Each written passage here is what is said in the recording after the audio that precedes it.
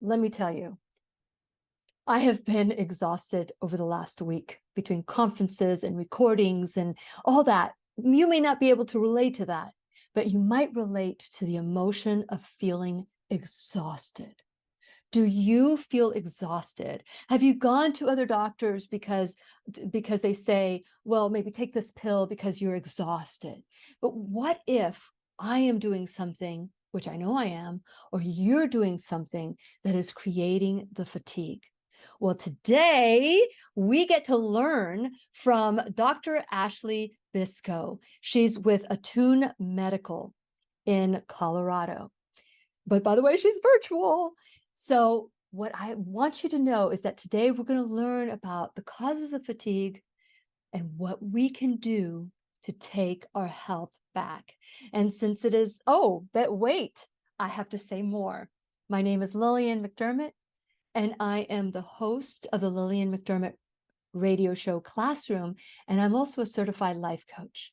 And if this is the first time that you're in the classroom, please know I've been waiting for you. This is a safe place where you can go to when you need a friend. It is my commitment to provide natural ways to heal, and it is my mission to make awareness, responsibility, and truth a part of our everyday life. And I hope you, my listening, as well as my viewing friend, will feel empowered to embrace a new truth and live the life of your dreams. And like I said, I am really excited that we're going to dive into what it's going to take for us to feel refreshed and revived. And since it is my sole purpose in life to give and receive love and knowledge, I am grateful that Dr. Ashley Biscoe is here to do just that. Welcome to the classroom. It's nice to see you. I'm so happy to be here. I love being here with you, and your audience is always so welcoming. So I'm happy to be back. Well, it's been a while. It seems like it's been a while. And so this topic today couldn't have come at a better time. And I had mentioned to you that I had been in a conference last week, and I was the first speaker and the last speaker. And then I have like six classes that I need to record between today and tomorrow before this class airs. And also I coach a group, and then I also am getting ready to go on a trip. Do you hear people? Do you hear me as your patient right now saying, I do. I am fatigued, but I created it. I've done it to myself and I know it. But do people know it? Tell us about I think there's two stories to fatigue. It's funny that you mentioned the overwork, the doing so much. I'm that way too. I'm very driven. I've always been a high achiever, and I don't always, practice what I preach with taking time to rest because I got to get things done. And I've seen in practice that I do tend to attract similar patients as myself, where we're kind of type A, high achieving. And so it's important to recognize when you're doing too much, carve out that time for rest. But, on the flip side, there are some causes of fatigue that don't necessarily mean that we're doing anything wrong, but these can be imbalances going on within our physiology, whether that's infectious or something related to nutrient status. We'll talk about all of that. But yes, I do want to emphasize that rest is one of the core naturopathic foundations of health, and we consider that to be a non-negotiable. Not just sleeping, but actually carving out time to do things that feel restorative for you, things that nourish your soul, things that are enjoyable. That really helps to recharge your spirit and your energy. Interesting. This morning when I woke up and I knew that I had quite a few, I had 4 things that were like time sensitive. And what I heard in my mind's eye, in my mind, my heart was go to the beach. That's where I replenish. As I mentioned to you, that's my happy place. Yes. And I know that my cup is about to runneth over. And so I understand that for me, my best way is to retreat, to go to the beach, to do something peaceful. But I know that that's not the lifestyle that a lot of people have. Maybe it is resentment, or I don't know what are the other reasons, because we're going to focus on what are some of these causes before we start looking at the solution. So what do you have to say about fatigue? Why does fatigue happen? Yeah, it can happen for a variety of reasons. And I would say that most patients who come to see me have some degree of fatigue. even if it's not their main concern. But when we dig into, associated signs and symptoms, usually there's some sort of fatigue, and that can be for many reasons. One common reason that I see are nutritional deficiencies. That can happen if we have gaps in our diet, right? We're not eating enough of the right foods to help fill that nutritional need. Also, not every food that we have today is nutrient rich, right? Soils have become depleted. A lot of people have inflammation within the gut, and that can hinder the absorption of certain nutrients. So even if you're taking a multi or eating well, you're not necessarily getting all of that, because it's not just you are what you eat, it's you are what you absorb and transport, assimilate, all of that.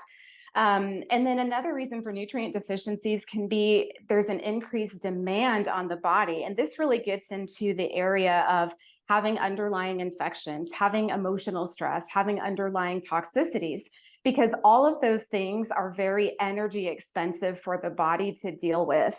It requires a lot of inflammation, a robust immune response, cortisol output, and that requires a lot of nutrient cofactors. So even if you're eating well, taking a multi, for example, the demand for those resources is so high when the body is under stress that you burn through them a lot faster. And so you actually need more. Iron is another deficiency that I see quite often, especially in women that are having heavy menstrual bleeding. It could also be related to poor absorption in the gut. So we've touched on nutrient deficiencies, but also, again, toxins, infections, anemia, poor sleep hygiene. Sometime we'll talk about behaviors that we can change on our own, but I think this gets overlooked. When I think about sleep and how that relates to waking up feeling refreshed the next day and having good energy or not, sometimes it is a matter of certain habits we are knowingly or unknowingly doing during the day and even before bed that can really disrupt our sleep patterns. And then it's not uncommon here in practice that we see patients that actually have actual sleep disorders that they're not even aware of. And so if we can, get them referred for a sleep study, understand what's going on, sometimes that unrefreshed sleep the next day is a matter of them not being oxygenated throughout the night, not going through the sleep phases. And I don't think most primary care physicians are routinely assessing for that. What if somebody is snoring and does not have sleep apnea? What would if somebody comes to you and say, I want to stop snoring? It's not me. I'm just saying it's not me. But let's say I want to stop snoring.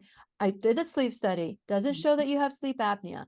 What would you say to that person who didn't snore before and all of a sudden is snoring?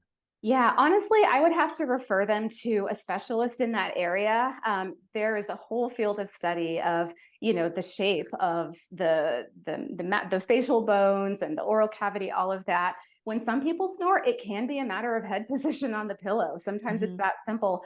Other people have a posture within their tongue or very large tongues that can actually block. A lot of people grind their teeth, and there can be an association there, which also relates to stress. So there are other reasons for that. I would recommend referring to someone who can do a thorough assessment and assess that whole area in a way that, gives some accurate data. Well, you said something that I have been wanting to do a class on, which is tongue posture. Oh, So yeah. I've been doing a lot of research on tongue posture. I've been doing research on posture, and the posture of our body can affect our organs, is what I've learned. And I'm sure you can elaborate even more.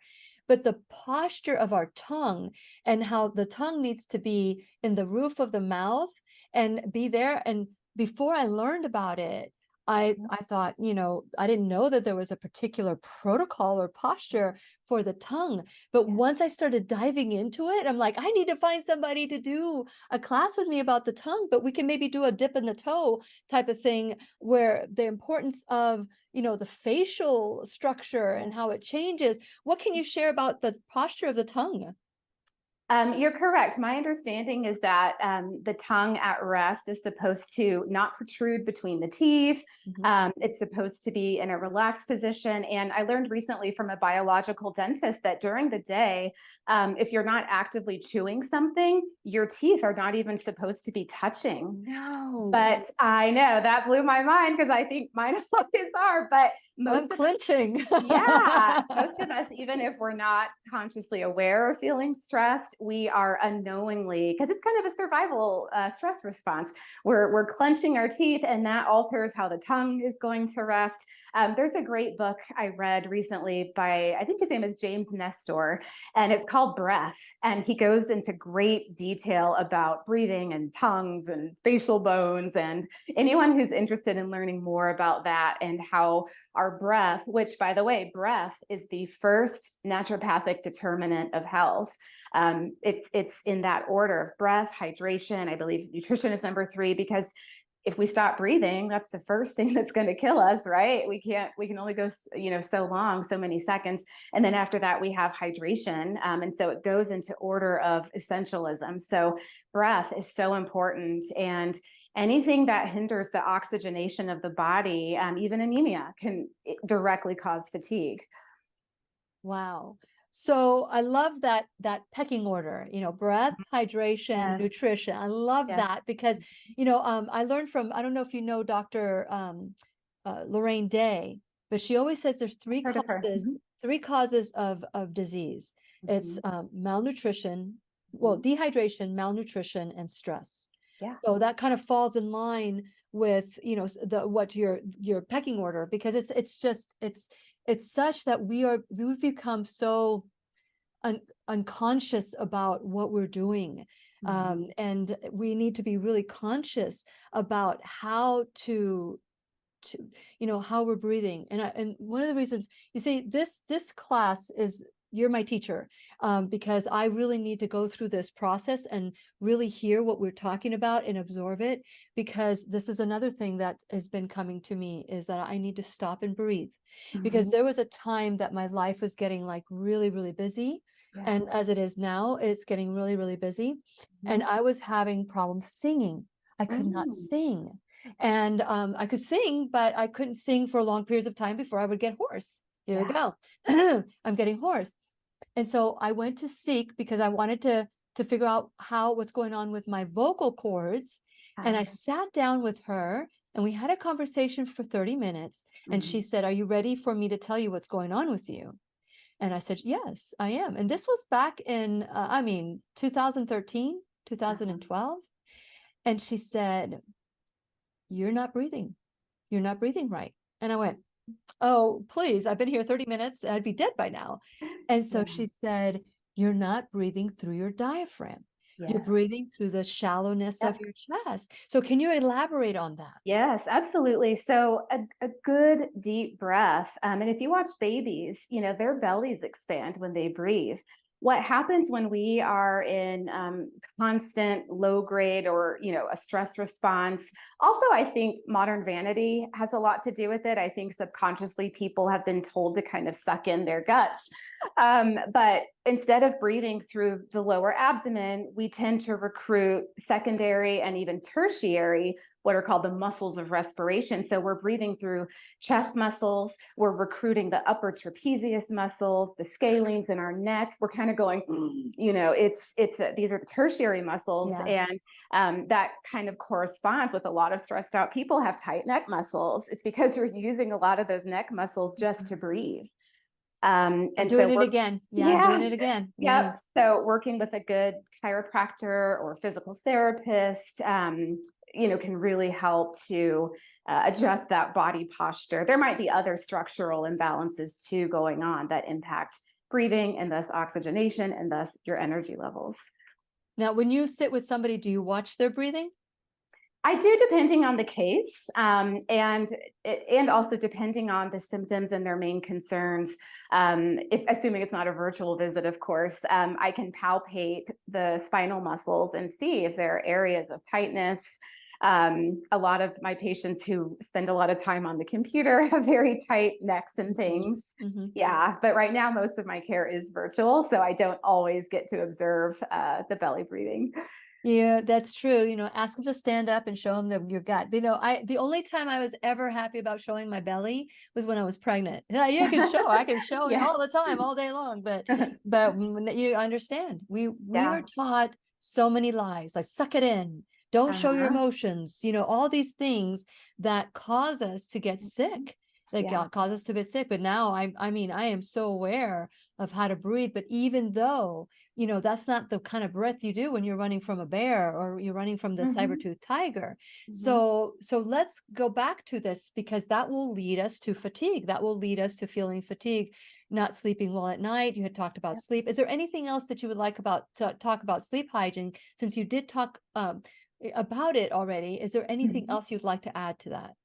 Yes, I think one of the biggest challenges for people, especially in our modern day, is light exposure during the dark evening hours. We have TVs, we have computers, tablets, smartphones. Not only is the light and the electromagnetic frequency itself very disruptive to the brain and our healthy sleep patterns, but that light suppresses melatonin. So you can perhaps notice difficulty falling asleep when you're spending time staring at screens while it's dark outside, because that creates what we call a circadian mismatch. Your body's clock is supposed to understand that it's dark outside and thus it's time to make melatonin. But when we look at the screens and there is a blue light frequency, that basically says sunshine. And so your body gets very confused. So melatonin is not just a sleepy hormone. It's a very important antioxidant. It's very anti-cancer.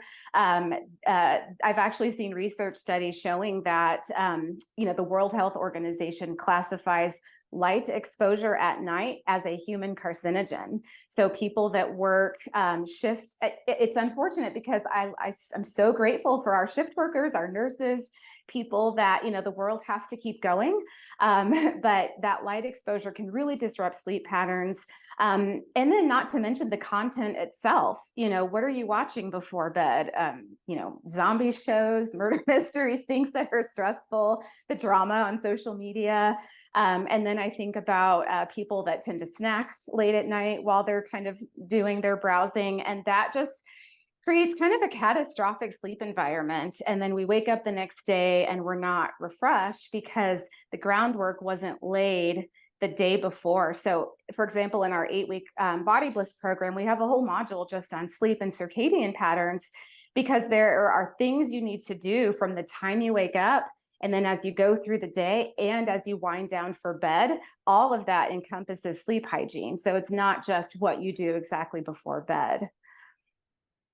What about blue light blockers? I Are support those those. good? Yeah, I like those. What I understand though is that we still absorb those light frequencies through our skin, and so I think those blue light blockers are definitely helpful. Because to me, it's all about harm reduction. We don't live in a perfect world, and sometimes we have a deadline. We need to get something done on the computer.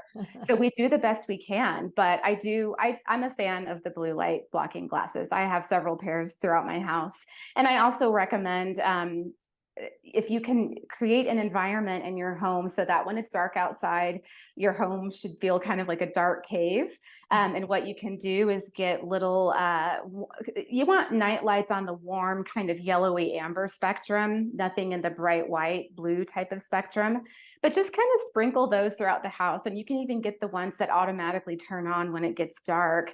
And there's motion censored lights, but that way you can kind of cue your body into thinking, okay, it's dark now, it's time to relax, instead of just having all the regular lights on in the house. Be safe, of course. Have enough light. I don't want anyone Yeah, stumbling. we need to go back to candlelight again, because Yeah. Yep, I that's don't the idea. I don't like changing the time. We have pushed our own agenda into our life. We want to shop Yes. more or be out more and do all the things more. But Mm-hmm. really, we need to detoxify all the lies that we've been taught since we were born. And they were maybe not intentional from our parents, but hey, we've learned from them and they learned from their parents. But we've got to stop it. We need to be generational pattern shifters and say, it's nighttime, not the time to watch Suits on Netflix. It's not the time, not the time to watch all these different things. And for me, when I am at my best, I have the computer shut down by 8 o'clock. Then by 9 o'clock, I'm in bed. And then that's when I get my best sleep. I don't need a lot of time. But if I'm in bed, then that 9 o'clock time is like my sleepy time. And then if I go past that, then I get re-energized. What do you tell people that get re-energized and get their second wind? Oh, you mean late at night where they start winding down? Yeah, that can actually be a lot of things. It could be something externally stimulating, like if you're watching a show. But in my experience, that often relates to a cortisol imbalance. I see this all the time. And I'm glad you brought this up because that's the next thing I wanted to delve into is that even if you, like, we see patients who are doing great sleep hygiene, they're doing so many things right. And yet, they have a hard time falling asleep, or if they are able to fall asleep, they get kind of a second wind or they're up in the middle of the night. And what happens when the body is under chronic stress or chronic inflammation, that can create an imbalance in the hypothalamic pituitary adrenal axis, where your cortisol is kind of wonky. It's low when it should be high, so you feel tired, and then it's high when it should be low, so you can't wind down. And so we have to figure out what's causing that. That is a pattern I see quite often in my high achieving type A, business people, go, go, go type of patient population. But sometimes that can be related to early childhood trauma or just life stress. People that have a lot of inflammation from, multiple infections or nutrient deficiencies, all of that is stress in and of itself, even if you're not thinking about it emotionally. And so if cortisol is spiking in the later hours when it should be coming down, that can absolutely cause a problem. I also think about blood sugar fluctuations. Sometimes when people are up around 1 to 3 in the morning, that can be a sign that blood sugar has dropped too low. And as a survival mechanism, your body will get a jolt of cortisol, which causes glycogen from the liver to be released because that's a form of readily available. It's like a starch, but when you release it, it's like a glucose. And that's so that you don't go into a hypoglycemic shock that can be deadly. But that jolt of cortisol and blood sugar is going to wake you up. So that can be another indicator. In Chinese medicine, and that's not my area of expertise, but I believe 3 a.m. is associated with the liver, which results with anger. So perhaps there's some anger going on too. The body is constantly telling us things. And I know, there are certain things, there are key points. And perhaps maybe if any of you who are watching, whether it's on or listening on podcasts or watching later on, can relate to this, please make a comment on wherever medium that you are watching this. If you can, let me know if you can relate. But how many of you just keep focusing on getting through whatever it is? And those, whatever, it's like I can sit down. This is what I want. If anybody could relate to this, I can sit down when I am in that mode where I need to breathe. I need to take time for me because I'm trying to meet all the deadlines. And usually I plan these deadlines farther apart than what's happened just recently, because I do have the November 3rd and 4th. I've got the body code, emotion code, body code workshop seminar in Cape Canaveral, Florida. The problem is that as I kind of like I'm focused, and I'm getting a lot of things done. And then I sit down and all of a sudden that feeling of fatigue just comes over me. And then nope. I got to work through it. I got to get it, that type A personality that you're talking about. How many of us can just fall asleep before 9 o'clock or 8 o'clock. What do you tell them is the best way to handle it? Like, I've got a full day today and I'm excited about getting through it triumphantly. And I'm a big person for mindset and talking myself into things. But what is happening to my body that wants to just shut down? What do you say to someone that wants to shut down at 2 or wants to shut down at 3 o'clock in the afternoon? Yeah, you mean they're crashing? Crash and burn, baby. Yep, yep. Crash and burn. I do see, going back to cortisol, when I order urinary cortisol tests, I do see a dip in cortisol in those patients that report that afternoon fatigue. And again, that just speaks to an overall adrenal dysregulation, where when the stress is ongoing over time, the adrenals have a hard time adapting to the stressful responses in a streamlined, orchestrated way. Another common thing that I see are blood sugar crashes. Note, 1 to 3 in the afternoon, that's sometimes around lunchtime for people. And so depending on what they've eaten for their afternoon meal, if it's something that really spikes blood sugar high, that your body is going to have to overcompensate with a huge bolus of insulin to clear that blood sugar. And it can actually make your blood sugar drop too low. And so sometimes that crashing in the afternoon is indicative of, what we call postprandial reactive hypoglycemia, or even early insulin resistance or prediabetes. You can have these sort of crashes. Wow. Okay. So with that in mind, Yes. what in mind, when our body is slowly shutting down like that and says, you need to take a nap, or I hear taking a nap is great every day. And there are countries and places in the world that you must take a nap in the middle of the day. But in the United States, no, we don't take a nap. It is not good to take a nap. But then you hear somebody else saying it's very good to take a nap, like a 5-minute, 15-minute power nap. So what is best? Yeah, honestly, my stance is that if the body is asking you to rest, you probably should if you can. If you nap too long, for example, more than an hour or so, there's a chance that could make it difficult to sleep later in the day. But I have a lot of patients who have been chronically ill and they have no choice but to nap. I mean, they truly just can't keep going. And that's what allows them to actually finish the day, is if they take, a 30-minute on the couch, et cetera. And we do that while we're working on the root cause. A lot of times it's these deeply rooted infections, for example. So my understanding is that napping can be very supportive of good health. It is sometimes controversial, but as long as it is a structured nap, meaning not all over the place, not too close to sleep time, and it's not extended for too long, I think napping can be helpful. Yeah, we learned about that in Seinfeld when Kramer was taking his power naps. And Kramer, what a funny character. Okay, so we're not going to do that. We're not going to do Kramer. No. Okay, so you had mentioned rest, and we've been talking about sleep hygiene and kind of setting up your room. What is the proper temperature? What is what time should you turn off the television? What time should you stop working?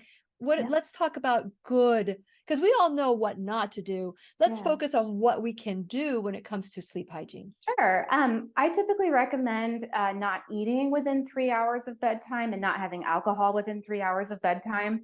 The ideal temperature for sleeping, based on research and personal experience with patients, seems to be around 65 degrees, which is cooler than a lot of people would expect. Also, you want to start winding down the work, the racing thoughts, the to-do list, at least 3 hours before bed, if possible, but 2 if you can. So those are kind of my high level, if you can create an evening routine, maybe do some journaling, have a cup of herbal tea, just start winding down. I think dinner can be a challenge for a lot of people, especially if they get home late and then they're eating late.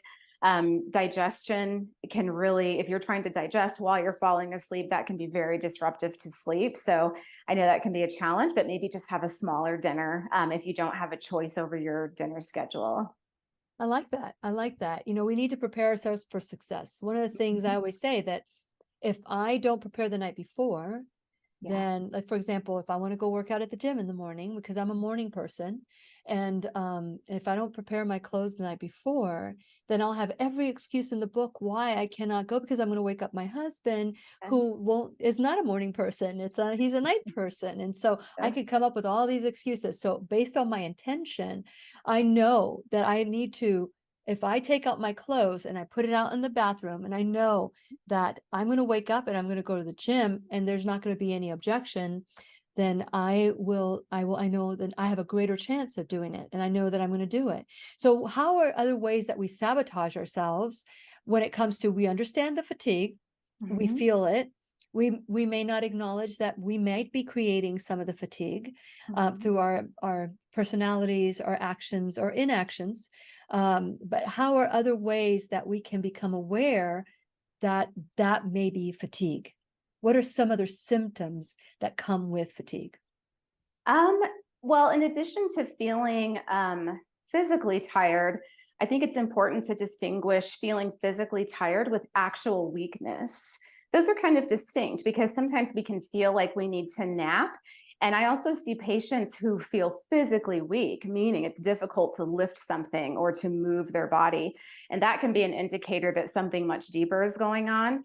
Another thing that couples with fatigue is the brain fog, losing our train of thought, having difficulty finding words, trailing off with your sentences, low motivation. That can be a sign of fatigue, and that's actually that makes me think of another cause. It's very important to look at the physical causes of fatigue, checking for iron deficiency, infections, etc.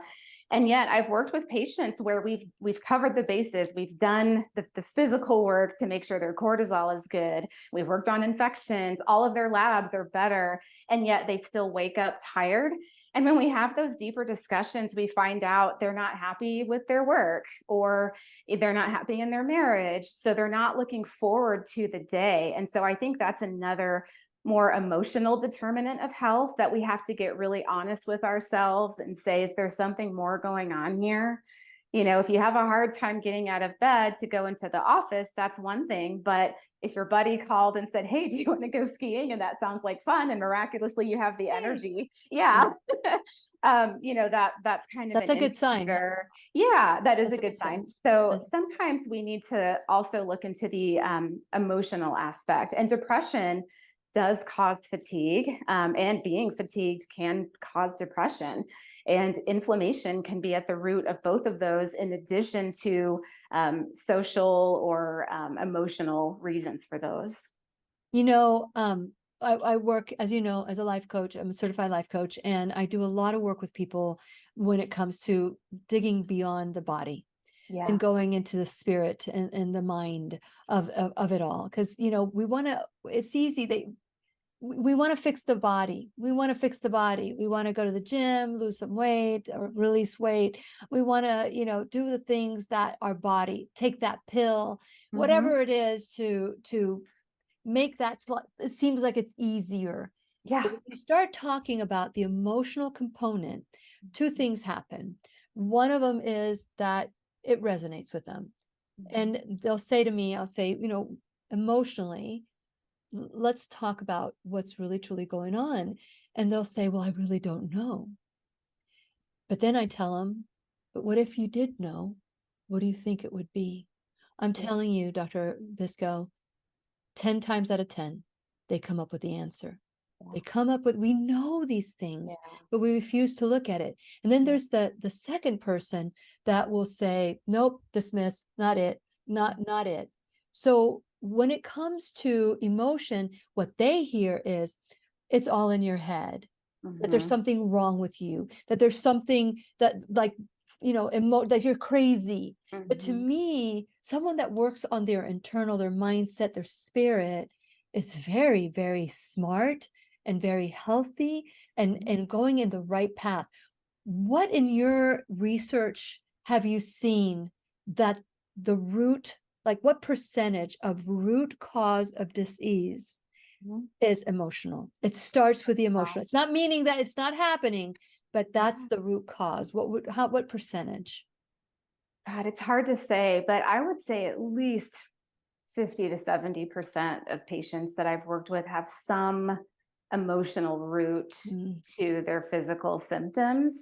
And sometimes we're not aware that that is a major root until our work together has continued. I've worked with patients though, and we ask every patient on their intake form, have you had any major losses, traumas? Did you have a happy, secure childhood, any abuse? We ask about that. And I'm always amazed that sometimes it's a year or more until someone actually reveals that to me. The body has to be ready, and I'm sure Dr. Bradley Nelson would speak to this. The body has to be ready to release that, and or to even have an awareness to be able to bring that to the surface. Sometimes when that memory or that emotion or that truth is too painful, it gets buried and we're not even aware of it. And again, this is not to gaslight anyone and say, oh, you're not sick, it's all in your head. These things can all co-occur. And I see the physical pathology, and I have to be a doctor first and go there and do the lab work, make sure I'm not missing something important. But you are connected to your mind and your spirit and your body. So any imbalances in one is going to impact the other. Yeah. And what I want is for people to hear, and I think your research has been very good, but at the beginning it might be 70%, but then once they start digging in, I really do believe it's 99% of what, because it starts with the emotional.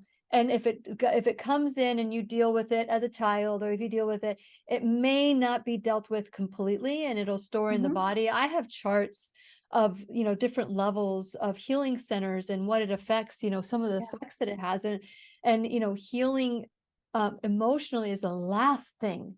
They don't think that that is it, because we want to focus on the physical body. So I wanted to tap into the emotional component. Is there anything else that you would like to share about the emotional component of fatigue? I do. And this is kind of a nice bridge between the emotional component and the physiological component. And where I'm going with this is a lot of people who have chronic fatigue, I mentioned before, they can have underlying infections, underlying toxicities, underlying trauma. And what that does is it dysregulates the autonomic nervous system. And when that happens and you are not regulated in such a way where you can appropriately shift from sympathetic fight or flight to parasympathetic, you can erratically switch between the two. You can actually get stuck into freeze or fawn mode. And that creates a lot of fatigue. So a person who is fatigued can have all of these physiological or emotional stressors, and then they get this autonomic nervous system dysregulation. And I'm often telling my patients, especially those with chronic Lyme or chronic mold, that dysregulates the autonomic nervous system. And in those patients, especially the ones who are highly sensitive, if you're someone watching this and you can't even tolerate supplements and everything makes you sick, that's a huge indicator of autonomic dysregulation. And you have to go through some sort of healing program to help regulate the nervous system. Not just the vagus nerve, but the whole autonomic nervous system, including the limbic system, the peripheral, like all of that. And I've seen the best results in patients that even have a somatic component to the healing work that they choose to do, to release that stored trauma from the actual body and to help regulate the nervous system. So with Dr. Bradley Nelson, and one of the reasons that we're doing this event on November 3rd and 4th in Cape Canaveral, Florida, is that I have seen how people can go into their subconscious mind and not experience any re-injuring, because that's one of the biggest things. When people come to me, they're afraid it's going to hurt and they're going to cry, and they don't want to cry, and they don't want to they've already relived the situation. And of course, when you relive the situation, your body thinks it's happening once again. And that's why I believe that talk therapy has its purpose, but not a lot. Don't put your eggs in that basket, because it re-injures you. I know a lot of people with PTSD, and they talk therapy does not work. They get sick right after. And so what I'm saying is that it's very important that we be honest with ourselves and do whatever it takes. If you're one of those person like I am, okay, I'm going to look into it. I'm going to give myself some time to kind of like boohoo about it. And then I'm done. I'm done. It's time to go back into it, try to find the beauty in it, try to find the silver lining. I'm not fearful of that, but there are people who are. And the emotion code and the body code, you tap into the subconscious mind and you don't have to worry about that. You'll learn tools and how to release it. And while I'm talking about it, let me just talk about my website really quick, and then we'll talk about attunemed.com. So one of the reasons I'm passionate about this is that so many people are trapped in their own unknowing. It says in the Bible in Hosea 4:6, my people perish for lack of knowledge. And it's not that they didn't have the information, they rejected the information. And so I want to encourage you to just be curious about this information. Be curious instead of critical and dismissive. Just say, you know what? Something poked me in the eye, and I really need to sit with it and I need to look into it. And so go to whenyounneedafriend.com if that is what's speaking to you. I want you to also share, what is your biggest takeaway in the classroom today? What are some of your moments that you feel fatigue? What are you doing? How do you want to stop it? So share it, because I hear that when you share, the algorithms will get fooled and they cannot shut me down. So just make sure that you make comments and do the emojis and do as much so that the algorithms cannot stop us. So, while you're there at whenyounneedafriend.com, the pop-up for Dr. Bradley Nelson will come up. Click on whenyounneedafriend.com, click on the pop-up, and decide that this is what you would like to do. Like, try to go in as gently as you can to get rid of not just your trauma, but ancestral trauma. And when you do that, you not only clear your future line, but you also clear the past line as well. It's really beautiful. So go and check that out. Also, check out my sponsors. Please support my sponsors the way that they're supporting the classroom. Check out all the different workshops that we've done together. Check out the my Shop Now bag. These are all Lilly approved products. They may or may not be affiliate, which if you do purchase from my website, it may help give some money, some pennies or dollars to the classroom, and we need all the help we can get. But these are all Lilly approved products that I use myself, not just for makeup, but also for pain management, all natural frequency, whatever it is that I approve of, it's in there, whether I get a penny or not. If I believe in it, it's there. And then finally, you can become an enrolled student in the classroom. So whether it's $1 or $1,000 a month or a one-time donation, I don't care what the amount is, make a commitment to be a part of this. If you like to tithe and you're looking for a place to tithe, this is the place to do it. So please, whether it's your time, your talent, just sharing this class today is a gift to the classroom too. So share, like and follow and make your comments. And then, whether it's your time, your talent, or your treasure, all of it is appreciated. And today we are we're learning and we're growing with Dr. Ashley Biscoe. I'm so excited. She's at Attune Med. So it's ATTUNEMED.com. So I want to encourage you to go there. Now, I understand that you have certain things that are going on in your website. What's some of the things that is going on with you? Yes. So the most recent new offer that we added is called the Expert Chat. And this was done by popular demand. A lot of people would call and just say, I just want to have a quick phone call with you. I want a second opinion on what my doctor told me, or can I get your thoughts on my lab reports? And so this is a new option where you can book a one-time 30-minute or 60-minute call. It's all set up through Calendly and Zoom.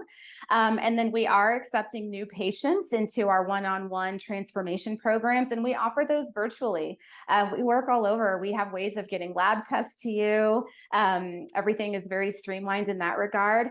And then we also have our 8-week online Body Bliss program, which is quite targeted towards resolving fatigue. Everything we teach in that program is going to set your body up for rest and nourishment and healing so that you can finally get your energy back.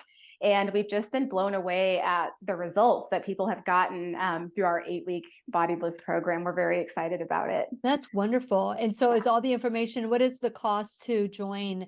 Let's say if I wanted a half an hour consult with you or a 1 hour consult, is Yeah, there like a membership that you can pay for monthly? No, it's pay as you go for the one-time call. So for 30 minutes, I believe it's 175. Yep. That's I great. honestly don't remember the exact. No, exact well, price, you know, it's all on there. this is when the expert says, "Well, I'm the expert. I'm not the accountant. I'm not the Exactly. bookkeeper. I'm not the assistant." Yeah. Well, I do So the books. I think there's just so many things in my head. I'm like, yeah, I think it's 175. I'm always drowning in medical facts and can't remember all the no, numbers. that's good. Yeah. So for those of you who are interested in this, is my practitioner. I handpicked him and her.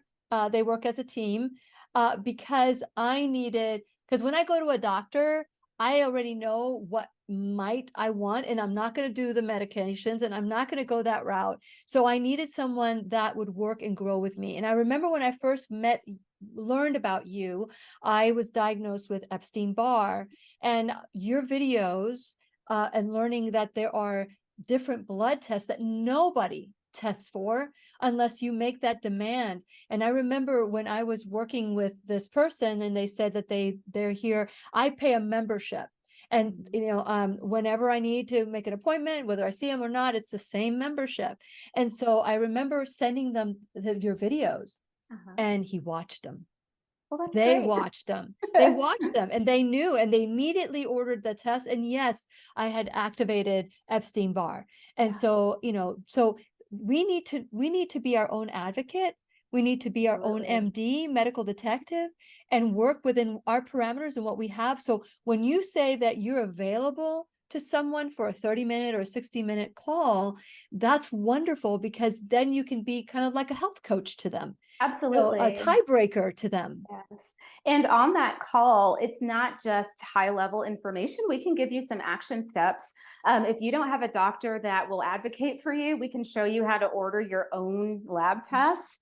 We use a third party that you can go through. And then if you wanted to have another call to talk about those results, we can do that. So usually we tend to over deliver in that regard. And usually when I do this call, I'm sending a follow-up email with some resources that I recommend. So it's pretty valuable. That's wonderful. I'm glad that you're doing that, because more and more now, does it have to be somebody from Colorado, or it could be from anyone around the world? No, with these expert chats, 30 or 60 minutes, it can be anywhere. Yep. That's awesome. Okay. Yeah. So let's go back to our focus, which is fatigue. So let's talk about anything that we've missed on fatigue that you want to share and how we can turn that around. Well, I do. It's been said that in conventional healthcare, doctors dread having a patient walk in and say, I'm fatigued, because they don't know what to do. Sometimes they'll look for the basics like, okay, do you have an iron deficiency? Are you anemic? Depending on the age, or they might say, oh, this is a college student, maybe there's mono, they have kind of the basics. But when you start getting into things like deeper infections, like Candida overgrowth, chronic Lyme, Epstein-Barr, when you get into environmental toxicities like heavy metals, mold, or, just being in a water damaged environment, that's where I think a lot of people are not getting the workup they need. And honestly, I hate to say this, but even for some of the basic things like blood sugar imbalances and anemia, I still see lab results from patients that have been ordered by their conventional GP, and they didn't do the full workup and they missed things. So you want to work with someone like a naturopathic doctor.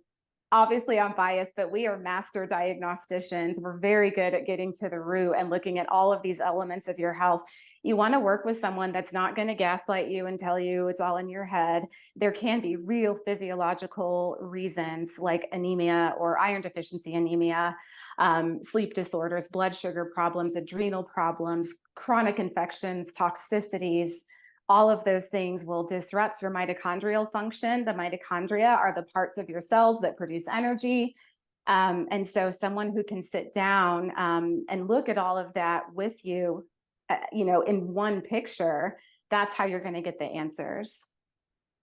Very good. Very good. Okay. So with that in mind, because we are now, we're looking at the diagnosis and getting answers and blood testing and all that to confirm what is the cause of your fatigue. And it probably maybe an underlying, because of what I see, it could be started, or the root cause is the emotional trauma that has been left, but it manifests into a real life problem. It's a real life. I'm not saying that doesn't exist just because it has a root of an emotion, but it's amazing how many people can walk again. It's amazing how many people can live again once they release the trauma. So with that being said, what are, going, like, as I'm listening to you, I notice that I am holding my breath. What are some of the telltale signs? Because I'm breathing, but I find myself, no, breathe again. And normally you don't have to remind yourself to breathe because it happens. So what are some of the telltale signs and that we can do to just go, okay, we need a call. I need to be proactive here. Yeah. Well, I would say if you are exhausted, there's a difference between just being tired and being exhausted. So if you are absolutely exhausted, you need an in-depth workup. Secondly, the chronicity. If this is, we all have seasons of life, and then maybe things pick back up when our energy is better. But if you've been exhausted for, 6, 12 months, or even years, like some of my patients, you need to look a lot deeper. If you are a woman and you're having heavy menstrual bleeding, sometimes just that iron deficiency anemia can be the cause. And again, even conventional doctors miss that. So those are the big indicators, is, how severe is your fatigue and how long has it been going on? Don't ignore that. Great advice. Great advice. Okay. Yeah. So now when we're looking at, I was looking at my list. I'm like, oh yeah, we need to look at it. And all of a sudden it's like, okay, my brain is just like fog. It's like, okay, I need a nap after this. I think I will. No, but interesting. You had talked about, situations where we're trying to look into our life, and, good stress, bad stress. Does it all act the same in our body? It can. It sure can. There's a good stress of getting married or graduating from a master's program. And then, there's the bad stress of a divorce. Well, for some people that could be good, depending on the circumstance, or the bad stress of losing a loved one or a job. Your nervous system can interpret good or bad stress in a way that is detrimental physiologically. Okay. What about self-love? We've been taught since we were a kid, don't be so selfish. Think about other people, and that is such a big fat lie. I want to say that right now. You got to take care of yourself. So let's talk about self-help or self-care and some of the things that could help with fatigue. Yes. Well, when I think about self-care, taking care of yourself, I know a lot of people skip lunch breaks. I've had to do that on certain days where things are back to back. But at the end of the day, you've got to nourish yourself. You've got to understand how to feed your body. There's an old saying, show me your calendar and show me your budget, and I'll show you your priorities. And all of these things you need to get done, even being there for your loved ones, that can't happen if you're not whole. And so it's just a choice to prioritize. And I know, some people have crazy work schedules. Some people are dealing with things that I can't even imagine. But I think when you make a choice to start thinking of the solutions, they will start coming to you, no matter how small those baby steps are. Yeah, that's great advice. Great advice. And I am the solution. That is what my brand is. I am the solution. We're going to be doing a workshop in Rockledge, Florida on February 3rd. So I want everybody to put it in your calendar in Rockledge, Florida. We're going to be having Dr. Jennifer Gramuth is going to be on. We're going to have Dr. Joel Furman is going to be our keynote speaker. And but we'll zoom him in because I can't afford the flight. But he's going to be speaking to us and engaging with us. I'm so excited about that. November 3rd and 4th. Want to remind you again, Dr. Biscoe, I hope that you come, that this is a very crucial part of loving yourself, is taking the time to get to know what is really going on. And, it may not even be your issue. It may have been handed down to you, and you're honoring that contract with whatever belief that other person had within you. There's so many things that we're going to learn and grow together. And so just check out November 3rd and 4th. Go to whenyouneedafriend.com to learn more about the Emotion Code Body Code seminar. Also, I want to encourage you to go to Attune Med and learn more, attunemed.com, to learn more about Dr. Ashley Biscoe and the practice that they have, which is, again, their YouTube channel. It has so much information as well. It's where I first learned about Dr. Biscoe when it came to Epstein-Barr. Great resource. So thank you so much for everything that you do. Any final words before we go? You can heal. You can be well. The body is self-healing and self-correcting. And so I just want people to know that if you're feeling unwell, there are reasons for that. And there are people that can help you uncover why and help you get well. Great affirmation. Yes. That there's nothing wrong with us. And that's what we make it. We make it about shame and blame. And that's not it. It's about love. It's about love. And if you are a subscriber at whenyouneedafriend.com, then you have my 90-day challenge to self-love ebook. So get started on this self-love thing, because I think that that's probably the number one cause we as women and moms and wives, that we kind of neglect ourselves. And so it's time to take our health back and our life back. Thank you again, Dr. Biscoe, for everything that you do. I wish we could talk longer. And please remember, we'll be right here waiting for you worldwide at whenyouneedafriend.com. This is Lillian McDermott and Dr. Ashley Biscoe, wishing you love, peace, joy, and unexpected abundance. Make it the best day ever. The opinions and advice expressed on the Lillian McDermott radio show are intended for the individual callers and guests on the program and are presented to our wider audience solely for general educational purposes.